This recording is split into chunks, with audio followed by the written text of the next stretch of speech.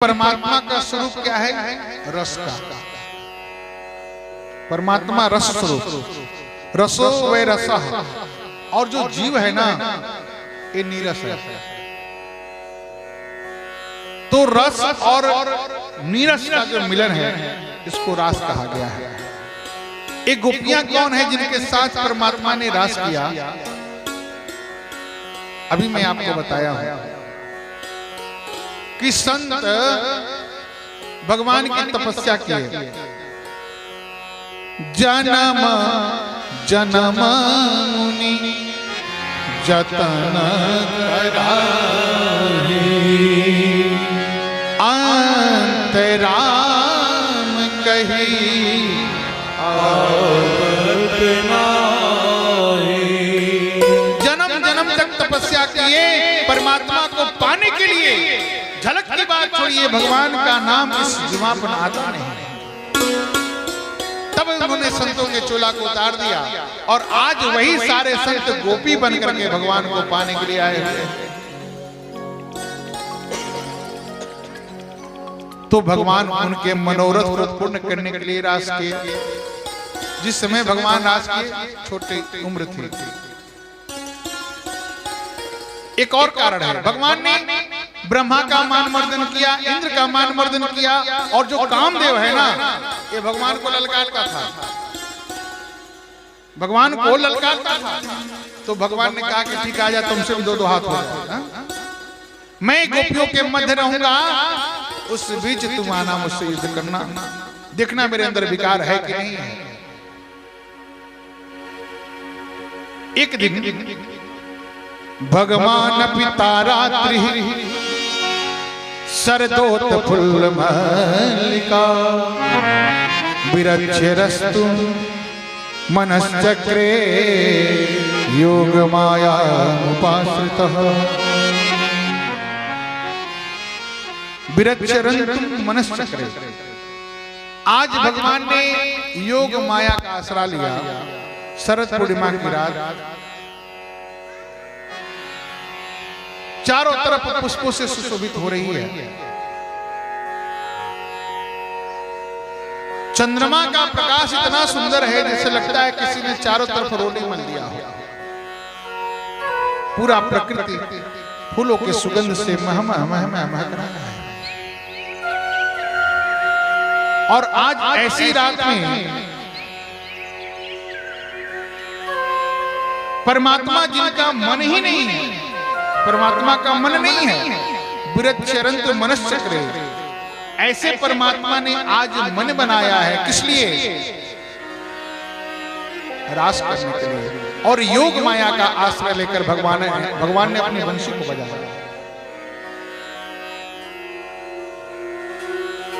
एक बार भगवान की वंशी बजी तो सभी ने सुना, पूरी प्रकृति भगवान की तरफ आकर्षित हो गई। और जब आज दूसरी बार कन्हैया की वंशी बजी तो सबके कानों में आवाज नहीं जा रही है। सबसे पहले भगवान ने अपनी वंशी से क्लीम शब्द का उच्चारण किया। एक क्लीम है क्या? कहते कि राधा रानी जब चलती हैं तो उनके पैरों के जो घुंघरू है ना, वो क्लीम क्लीम क्लीम शब्द निकालते हैं। तो आज भगवान ने अपनी वंशी से सबसे पहले क्लीम शब्द का उच्चारण किया।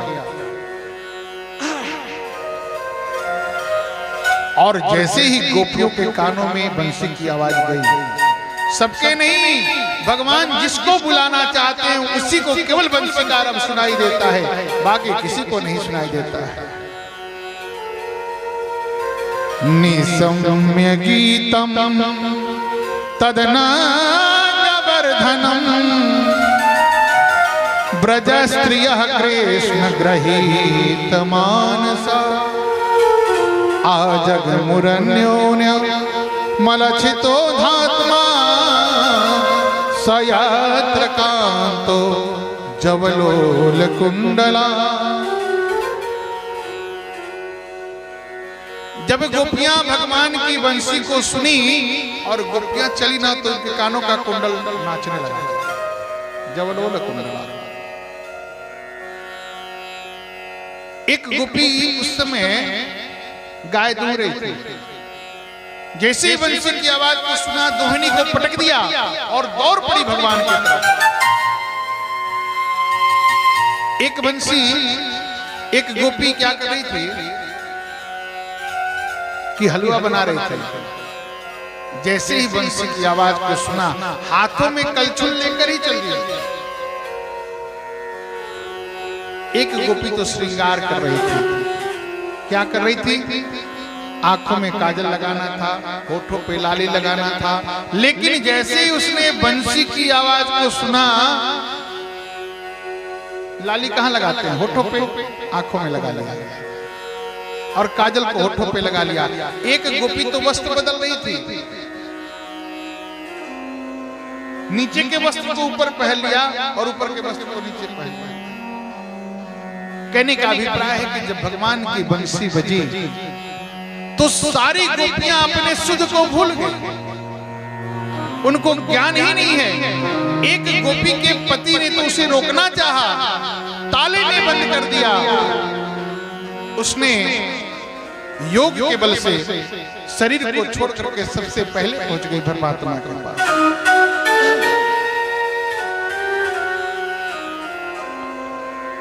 बड़ी सुंदर लाइन है। अरे मधुबन में धूम,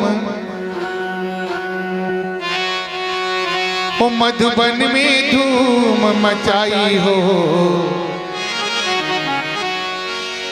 मुरलिया हरि की।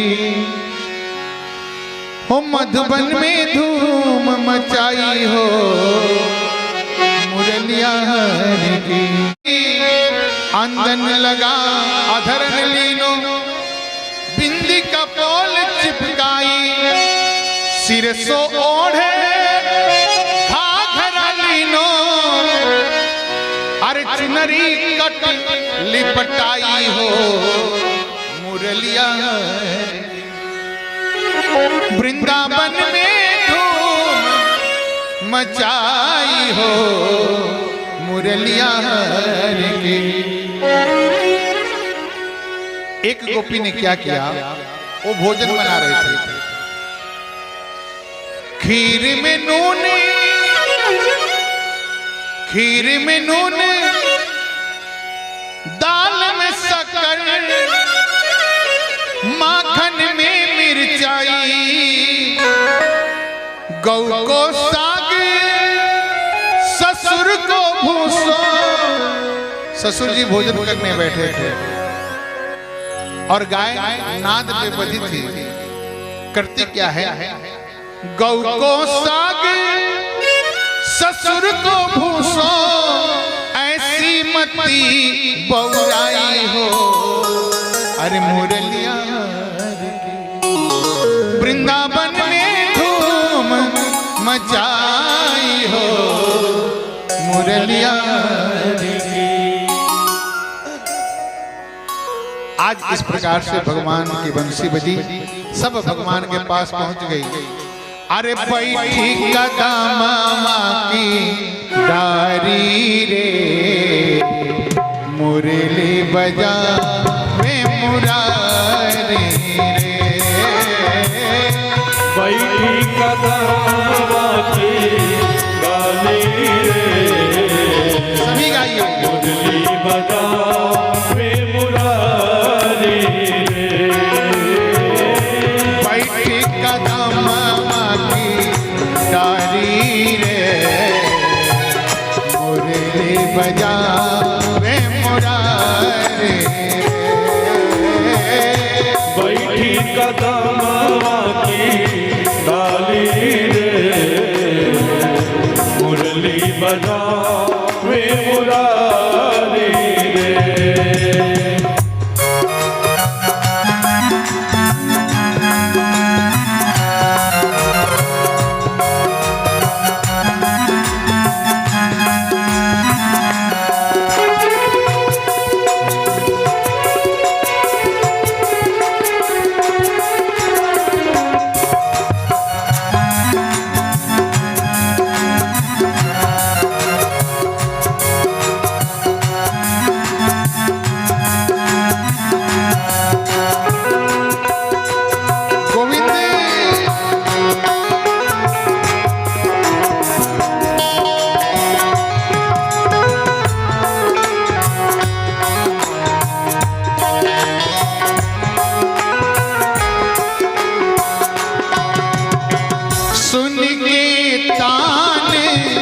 मधुर मुरली की व्याकुल भय ब्रज नारी।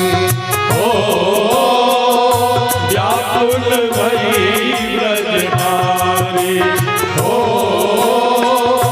व्याकुल भई ब्रज नारी। कौनी ओरिया बंसी बाजल, कौने ओरिया बंसी बाजल, बिरहा उठेला बड़ी भारी रे, मुरली बजा में मुरारी रे। ओ बैठी कदमा की डाली रे, मुरली बजा वे मुरारी रे। आई जरा दोनों हाथों की सेवा कर दे।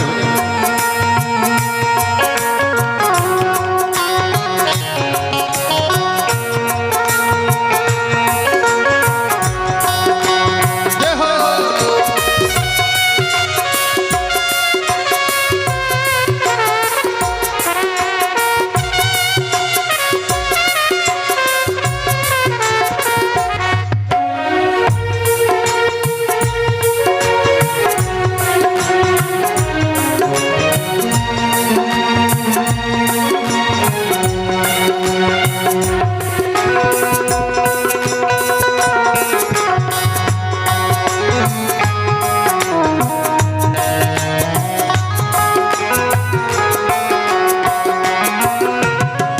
उल्टा सीधा के कुछ ज्ञान न बाटे, उल्टे कैली सिंगार। उल्टे कैली सिंगार हो, उल्टे कैली सिंगार। आज भगवान की वंशी की रब को सुन के गोपियां अपना सुध खो चुकी हैं। उल्टा सीधा के कुछ ध्यान ना पाते, उल्टे कैली सिंगार हो। उल्टे कैली सिंगार हो, उल्टे कैली सिंगार। नाक में बाला, कान में नथुनिया, नाक में बाला, कान में नथुनिया, ओठ करेली कजरारे रे, मुरली बजा में मुरारी रे। बैठी कदमा के डाली रे, मुरली बजा वे मुरारी रे। ओ बैठी कदमा के डाली रे, मुरली बजा वे मुरारी रे, मुरली बजा वे मुरारी रे, मुरली बजा वे मुरारी रे। बैठी कदमवा की डारी रे, मुरली बजावे मुरारी रे। जब सारी गोपियां पहुंची कन्हैया के पास, तो भगवान ने उनका बहुत बड़ा स्वागत किया। कहते हैं स्वागतम ओ महाभागा प्रियम किम करवाणि, ब्रजस्या नामयं कश्चित् ब्रूतागमन कारण। कहते हैं अरे भाग्यशाली लोग, आओ आओ, आपका स्वागत है। अब सोचिए कि भाग्यशाली कौन है। रामचरितमानस में बाबा तुलसीदास जी ने कहा क्या, सोई गुणज्ञ सोई बड़ भागी। कौन बड़भागी है? जो रघुबीर चरण अनुरागी। जो संसार को छोड़ करके परमात्मा के चरणों से प्रेम करता है वह बड़भागी कहा जाता है।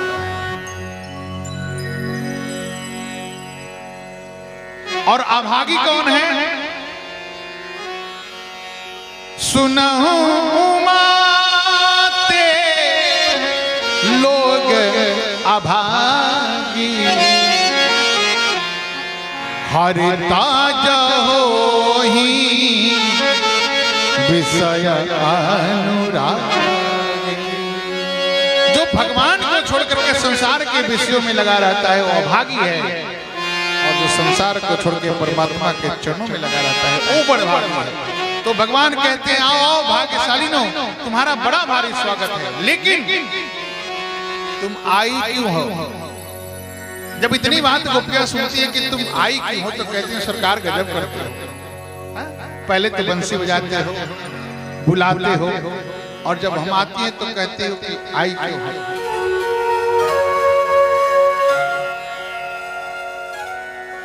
भगवान ने कहा कि पता चल गया, शरद पूर्णिमा की रात इतनी सुंदर है, इस रात को देखने आई है। तो अगर तुमने देख लिया है तो वापस चली जाओ, क्योंकि इस जंगल है और जंगल में हिंसक जीव रहते हैं, कहीं वो तुम्हें न देख ले। भगवान समझाते हैं कि देखो, एक पतिव्रता स्त्री को इस तरह अपने घर से नहीं निकलना चाहिए। अरे घर में झगड़ा भी हो जाए तो घर का परित्याग करके नहीं जाना चाहिए। गोपियां कहती कि सरकार हमें पता है कि हम पति को छोड़ के आए हैं, लेकिन संसार के पति आप हैं। भगवान ने बड़ा समझाने का प्रयास किया कि तुम चली जाओ, लेकिन गोपियां नहीं जाती हैं। भगवान कहते काम करो, अगर तुम्हारे जाने का मन नहीं करता तो मैं तुमको योग माया के बल से भेज देता हूं तुम्हारे घर। गोपियां कहती कि सरकार हम घर जाके करेंगे क्या, क्योंकि हमारा मन तो आपके पास है और बिना मन का ये शरीर किसी काम का नहीं। इस तरह से भगवान ने बहुत समझाने का प्रयास किया, गोपियां नहीं मानी। तब भगवान ने महारास प्रारंभ किया। जितनी गोपियां हैं भगवान ने इतना स्वरूप बनाया और एक साथ मिलकर सबके साथ भगवान ताता थैया करके नाचने लगे। जैसे ही भगवान ने नाचना शुरू किया, गोपियों के मन में अभिमान हो गया। सोचती कि अरे अरे देखो, इनका भी नाचने का मन था, नाटक कर रहे थे, नाटक कर रहे थे। उन गोपियों के मध्य से भगवान अंतर्ध्यान हो गए, केवल एक राधे रानी को लेकर गए। अब जब भगवान को नहीं पाई तो जिस प्रकार मछली बिना जल के तड़पड़ाने लगती है ना, इसी प्रकार सारी गोपियां छटपटाने लगी, रोने लगी कि कन्हैया कहाँ? पूछ रही हैं जिस प्रकार श्री राम माँ जानकी के हरण के समय रो रो के पूछ रहे थे। पेड़ पौधे से पूछती है कि तुमने हमारे मनमोहन को देखा है? पहले जो पुरुष पेड़ है ना, बरगद, पीपल, पाकड़, उनके पास जाते हैं। पीपल से कहती है कि पीपल क्या तुमने हमारे मनमोहन को देखा है? पीपल कोई आवाज नहीं करता। तो कहती कि ये सबसे बेकार पौधा है, दरिद्रा का पति है, इसके फल को कौन खाता है भाई? चिड़िया खा के भी बीट कर देती है, किसी काम का नहीं है। नाराज हो जाते हैं। आगे जो स्त्री पौधे हैं, चंपा, चमेली, जूही, जाके पूछती है बहन, एक स्त्री के दर्द को एक स्त्री समझ सकती है, क्या तुम लोगों ने हमारे श्याम सुंदर को देखा है? कोई आवाज नहीं मिलता।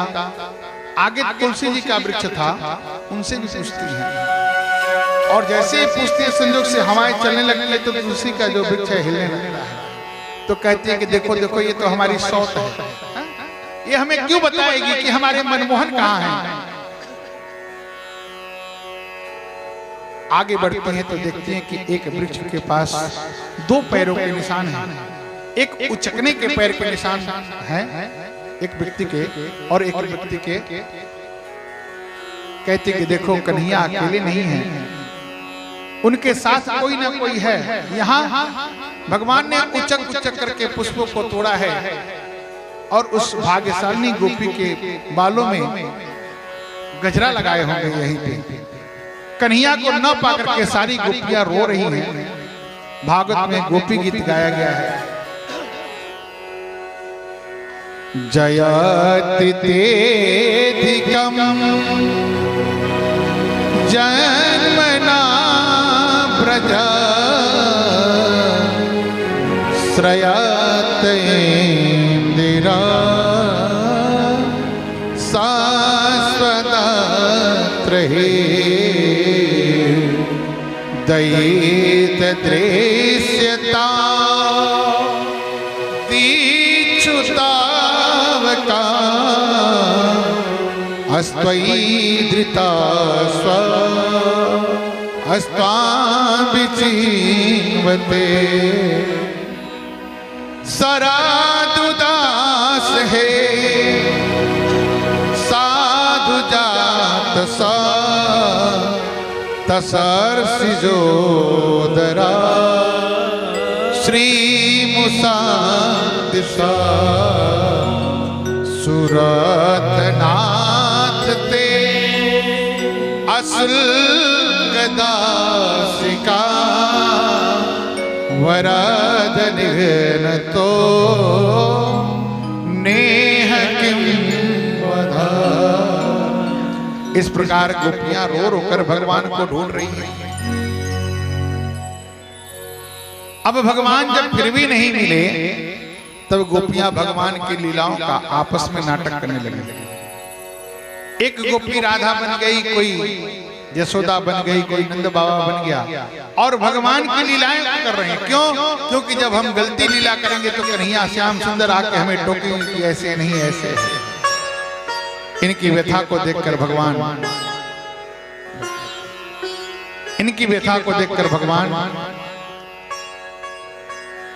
इनके मध्य उपस्थित हुए और तब भगवान ने सबके साथ मिलकर महारास प्रारंभ किया।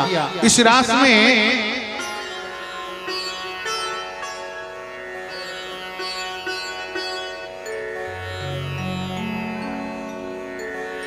इस महारास में ब्रह्मा जी आए, बाबा भोलेनाथ भी आए। एक दिन हुआ क्या कि मैया पार्वती श्रृंगार करने लगी तो बाबा ने कहा कि देवी आज कौन सी बात है जो इतना सज सवर रही हो? पार्वती मैया ने कहा कि देखिए स्वामी मैं जा रही हूं वृंदावन, वहां महारास होने वाला है। तो कन्हैया ने पूछा कि महारास में क्या होगा? 6 गोपी। अच्छा तो ठीक है, आप आ जाइएगा सबको लेके। हाँ आप कृष्ण नहीं है। बोले बांके बिहारी लाल जय। अब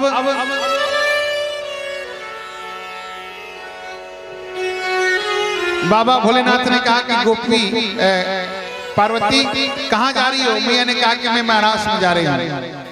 तो बाबा ने कहा कि वहां क्या होगा? तो कहती हैं कि वहां कन्हैया होंगे, बाकी सब गोपियां होंगी और रास होने वाला है। जब बाबा सुनते हैं कि कन्हैया के पास जाना है तो कहते हैं मुझे भी लेके चलो। मैया कहती ना ना, वहां पुरुषों के लिए नो एंट्री, केवल स्त्रियां जाएंगी, पुरुष तो केवल एक कन्हैया जा सकते हैं।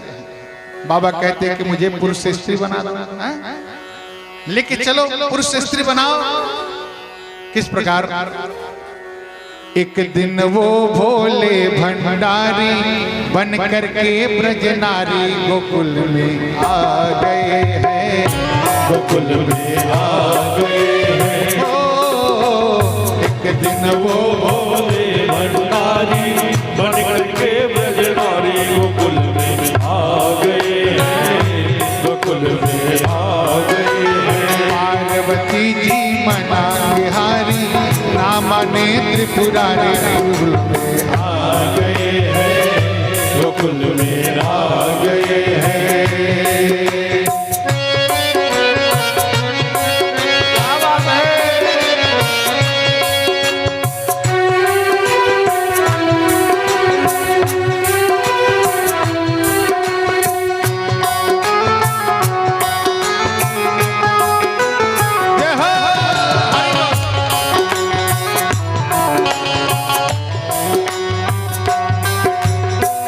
पार्वती से बोले मैं भी चलूंगा तेरे संग में, हाय हाय। पार्वती से बोले मैं भी चलूंगा तेरे संग में, राधा संग श्याम नाचे मैं भी नाचूंगा तेरे संग में, राधा संग श्याम नाचे मैं भी नाचूंगा तेरे संग में। रास रचेगा ब्रज में भारी हमें दिखाओ प्यारे गोकुल में आ गए हैं, गोकुल में आ गए हैं। एक दिन वो भोले भंडारी बन करके ब्रजनारी गोकुल में आ गए हैं, गोकुल में आ गए हैं।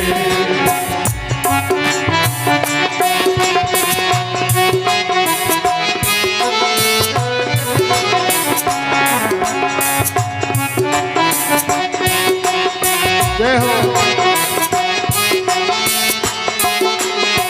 हरि बोल।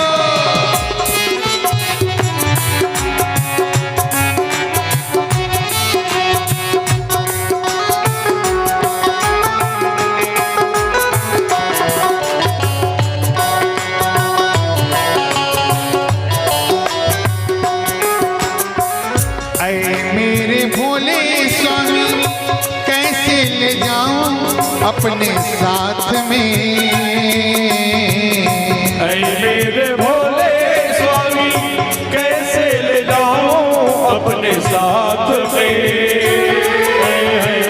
मोहन के सिवा कोई पुरुष न जाए उस रास में, मोहन के सिवा कोई पुरुष न जाए उस रास में। भैया पार्वती कहते सरकार जरा विचार करो, आप जाओगे तो आपको देख के हंसी करेंगी ब्रज की नारी, हंसी करेंगी ब्रज की नारी, मानो बात हमारे गोकुल में आ गए हैं, गोकुल में आ गए हैं। एक दिन वो भोले भंडारी बन करके ब्रजनारी गोकुल में आ गए हैं, गोकुल में आ गए हैं।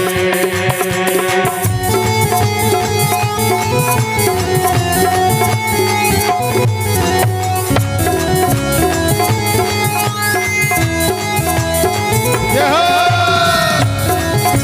हरि बोल।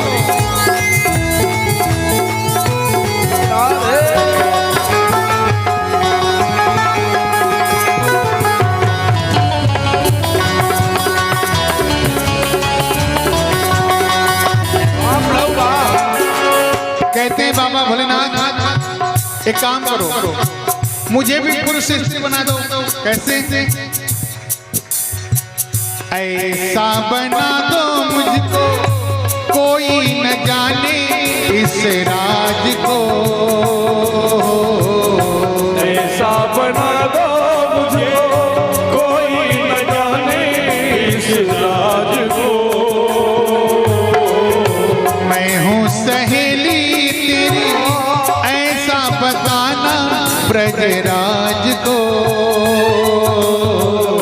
मैं हूँ सहेली तेरी ऐसा बताना ब्रजराज को।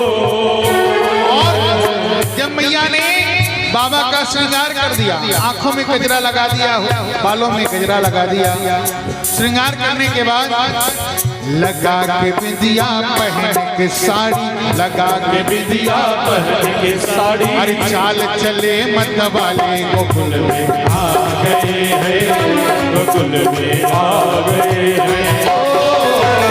एक दिन वो भोले भंडारी बन करके ब्रजधारी गोकुल में आ गए हैं, गोकुल में आ गए हैं, गोकुल में आ गए हैं, गोकुल में आ गए हैं, गोकुल में आ गए हैं। बोली वृंदावन बिहारी लाल की जय। इस प्रकार बाबा भोलेनाथ भी पहुंच गए महाराष्ट्र में। और जैसे ही महाराज प्रारंभ हुआ, कन्हैया ने ऐसी बंसी बजाई, ऐसी बंसी बजाई कि बाबा की साड़ी सरक गई। और सबको पता चल गया कि देखो देखो, ये तो बाबा भोलेनाथ भोली बन के आए हैं महाराष्ट्र में।